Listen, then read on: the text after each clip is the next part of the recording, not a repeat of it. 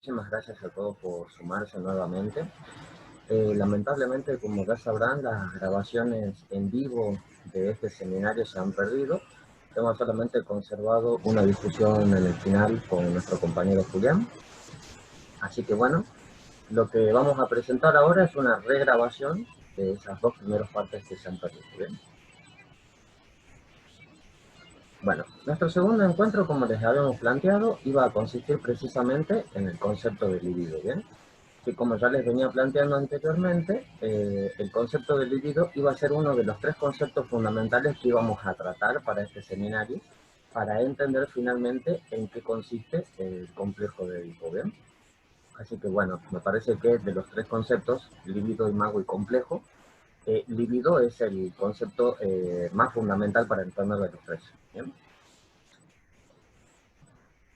Lo vamos a entender por qué al final de este recorrido. Por ahora les basta saber con que es un concepto bastante importante y que, bueno, que es el que vamos a desarrollar ahora. Antes de desarrollar qué quiere decir libido, tenemos que hacer una diferencia entre fuerza, energía y campo.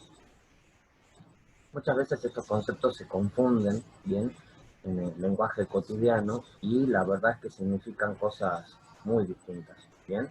Y a partir de saber qué significan, en el sentido de distinto, que diferencia una fuerza de una energía o una energía de un campo o un campo de una fuerza, saber en qué los diferencia nos va a permitir diferenciar, por ejemplo, cuál es la diferencia entre el concepto de libido de Freud, de Lacan y de Jung, por ejemplo.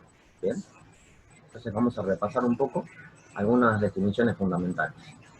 El concepto de fuerza consiste específicamente en definirse como una acción sobre un cuerpo que es capaz de modificar su estado de movimiento cuando éste es observado desde un sistema inercial. ¿Bien? Como les venía planteando, entonces es importante tener en cuenta que esta fuerza la vamos a tomar como una acción que es capaz de modificar el estado de reposo de un cuerpo, ¿bien? O sea, es capaz de ponerlo en movimiento. Pero siempre y cuando éste sea observado desde un sistema inercial. O sea que nosotros para medir el movimiento de esa fuerza, de todas maneras, tenemos que recurrir a un sistema inercial, ¿bien?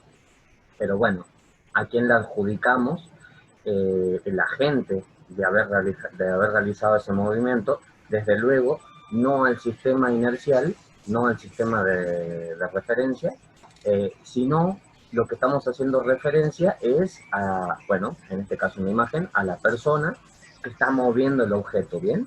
O sea, la persona imprime su fuerza sobre ese objeto para empujarlo, ¿bien? Entonces, la acción ahí es dirigida desde alguien, ¿bien? Es muy importante tener en cuenta con el concepto de fuerza. En cambio, en el concepto de energía no está precisamente este agente que realiza el movimiento, ¿no? ¿Y por qué? Es importante darse cuenta que en la física actual no sabemos lo que la energía es. Esta es una cita justamente de Richard Feynman en un libro de física, volumen 1, capítulo 4, conservación de la energía, que realmente se los recomiendo mucho y no solamente yo, sino que también Lacan en varios de sus seminarios ha recomendado leer este libro. Y bueno, y específicamente nos servimos del capítulo 4 para extraer un concepto de energía, ¿bien? Y ya Richard Feynman nos anticipa, no sabemos lo que la energía es.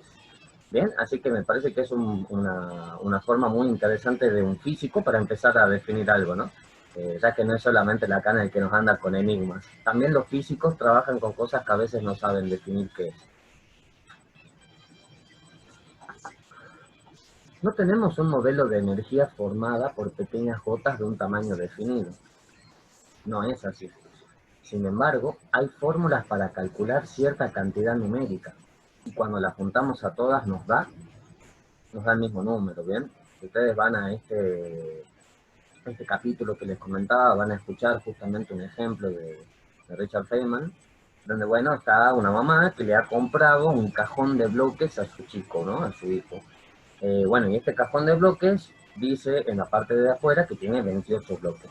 De tal manera, entonces, no nos puede trampear, siempre tiene que haber 28 bloques, ¿no? A no ser que desaparezca alguno, que el chico lo haya escondido, que un amigo venga a robarlo, pero de todas maneras nosotros podemos siempre rastrear hacia dónde han ido esos ladrillos y volver a tener en nuestra cuenta 28.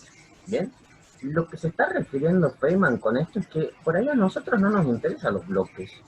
A nosotros nos interesa esa constante que es 28 y que siempre nos asegura la totalidad de la cantidad de los bloques que nosotros adquirimos, ¿no?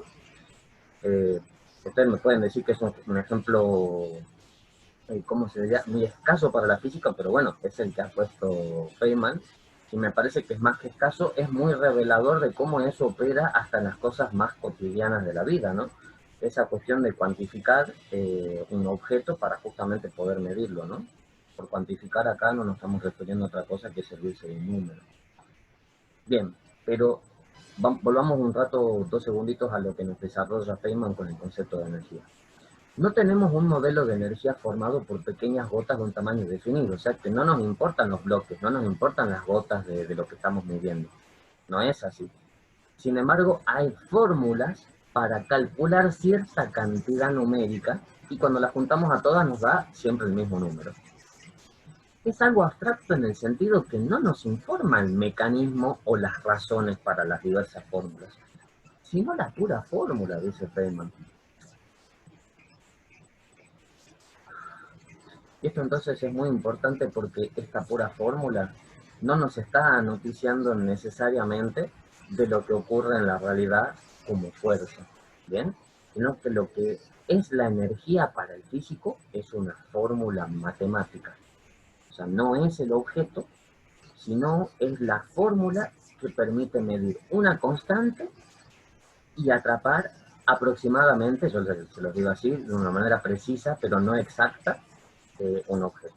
Bien, se calculan las probabilidades si se quiere, pero no se llega a aprisionar la totalidad del objeto jamás. Por ahora no existe fórmula matemática tan eficiente, ¿no? Pero ya la que tenemos es lo suficientemente eficiente para permitirnos, bueno, hacer todos estos artefactos, que hasta inclusive es la computadora, ¿no? Por la cual nos estamos comunicando. Así que bien, entre fuerza y energía tenemos más bien dos concepciones distintas. ¿Bien? Por un lado, los físicos que justamente sostenían el concepto de fuerza, estamos hablando de la mecánica clásica, sostenían con este punto de que nosotros podíamos medir esos diferentes eventos que habían en la realidad con el fin justamente de poder calcular todo el universo, ¿no? De hecho, la ley gravitacional de Newton justamente consiste en la síntesis de varios descubrimientos matemáticos que se venían dando bajo la ley de gravitación universal. Es como que junta a todos los físicos que hablaron de cómo se mueven las cosas en la Tierra y a todos los físicos que hablaron de cómo se mueven las cosas en el espacio, y para unificar esos dos movimientos funda la ley de gravitación. Bien, la ley de gravitación entonces balancea el movimiento de los objetos dentro de los planetas y el movimiento de los objetos celestes en tanto tal. Bien, todo eso regula ahora la ley de gravitación, que se explicaba justamente mediante el concepto de fuerza.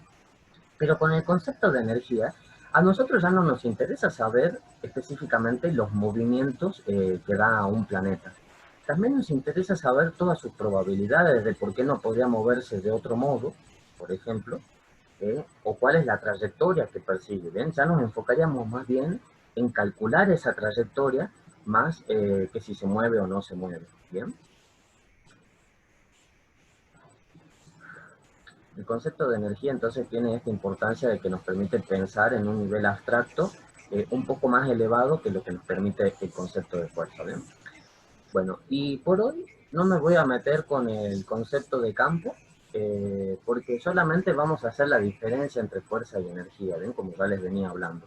La fuerza como parte de un hecho tridimensional, en el que involucra a un observador, y la energía, en cambio, como parte de una fórmula física, que tiene como función aproximarse a la realidad, ¿bien? Nunca llega a aproximarse del todo a la realidad, pero bueno, hay aproximaciones muy buenas, ¿bien? Así que bueno, no nos vamos a meter hoy con el concepto de campo. Eso lo vamos a dejar para nuestro siguiente seminario cuando abordemos el concepto de pulsión. Bien, vamos a justamente relacionar el concepto de campo con el concepto de pulsión y algunas otras cuestiones necesarias. Bien, ya les vamos a estar informando sobre cómo va a ser el recorrido de este seminario.